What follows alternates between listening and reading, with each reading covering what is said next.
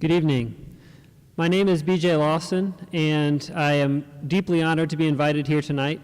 The topic of localism and being active to take back our government is very near and dear to my heart. I'll just give a brief anecdote from the campaign trail when I ran my congressional campaign in the 4th District in 2008. You see, I'm not a politician, I'm not a lawyer, I actually am a physician by training and a software entrepreneur by profession. And I had a lot of people come up to me and ask, why are you running for Congress? You don't have any experience in government. And my answer was pretty straightforward. It was like, well, last time I checked, our federal government has a rule book. It's called the United States Constitution. And I may not know my way up and down K Street and the names of all the lobbyists up there, but I can read Article 1, Section 8, and I can know what our Congress is supposed to be doing. I can know that there are rules that our government's supposed to follow, and gosh, if you're like me, there are a lot of things that are making me really nervous about the direction our country's going. There are a lot of reasons that I am concerned about the world that my children are going to inherit. So if we've not been following the rules, might it make sense to try following the rules for a change? And the funny thing happened is that when you started talking about that and you actually talked about the issues, the old labels that people try to put on us, they kind of disappear. Because when you talk to folks and you don't identify yourself as a Republican or a Democrat or a liberal or a libertarian or a communist or whatever, because believe me, you meet all kinds of crazy people when you're running for office, but more often than not, generally, as Americans, we tend to want the same things. And I think what's so powerful about the experience that we're going through as a nation right now is that even though we have tremendous difficulties ahead of us, there are tremendous debts and judgments that we are being signed up to pay, many of which we as the people did not authorize.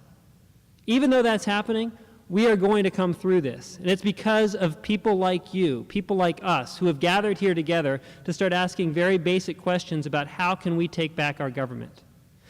I'm just going to draw a quick parallel to my original field of study, medicine, and I wanted to spend just a moment talking about what I call getting ready for freedom, preparing for freedom. Now, I know a lot of people hear that and they think, well, what's this guy talking about? We live in the free country. This is the land of the free and the brave. This is the United States of America.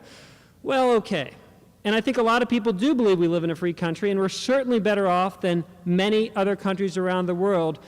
But if you look, and I just encourage you, after this is over tonight, go sit down on the internet and look up Karl Marx's Communist Manifesto.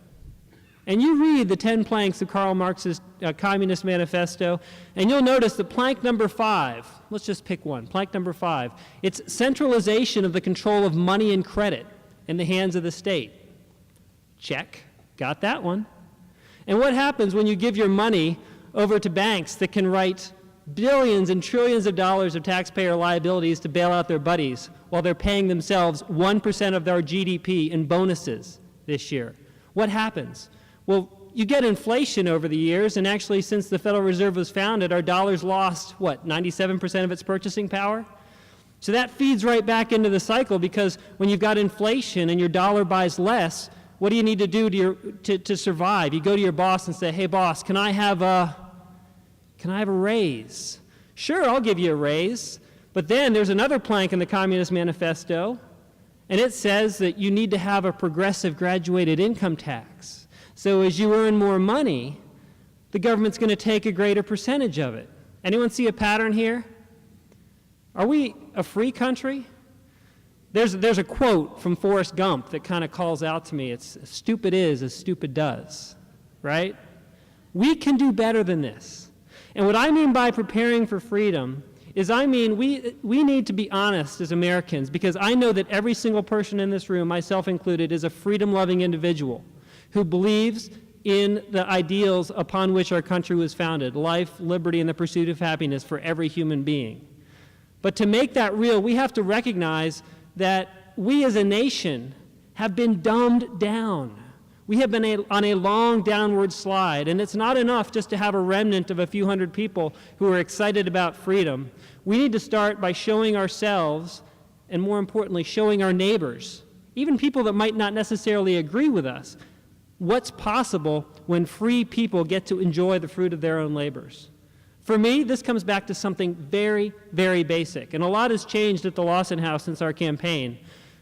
In fact, we actually moved right after the campaign, and we found out when we started to get into growing things and raising our own food at our place, the town we lived in wouldn't let us have chickens. We didn't think that was so wise, so we moved out to the county. A little fewer rules there. Because one of the interesting things when I was studying healthcare, guess how many questions or how many classes on nutrition I had in medical school, in 4 years of medical school? 0. But every week I could be assured of a lot of great drug company lunches, right? And you start to think about that, and then you start to look at a healthcare crisis, and you start to look at the government telling us that we need to sign up for healthcare insurance, and you start to wonder, gosh, why do we have this healthcare crisis? Because don't get me wrong, medicine does amazing things. If I fall off a ladder, get in a car accident, or God forbid, get shot or something, the first place I want to be is in a level 1 trauma center with people who are there to take care of me. But we do a horrible job managing chronic disease, and we've never had more of it. But if you look at what's happened with our basics, just access to good, wholesome food, when I started looking into the science behind what we're eating today, folks, it shocked me. Because I began to realize that the tomato that we're buying at the grocery store, even if we're trying to eat healthy, it's not the same tomato that we were growing in our gardens 20, 40, 60, or 100 years ago. It's different. I see a lot of people nodding heads. I'm sure I'm not the only person who started the tomato seeds for August this week inside, right? But what we need to do is we need to keep in mind, and this gets to the idea of enlightened self-interest, as much as we want freedom, as much as we crave freedom, freedom for me isn't all that great if my next-door neighbor is cold and hungry. We need to start with our block, with the people that live around us, and we need to start showing each other by example what we can do when we start banding together as a neighborhood, as a family, as a country to take care of our own needs. Because then and only then, I believe our country will be ready to inherit the future that I want to leave to my children. Thank you very much.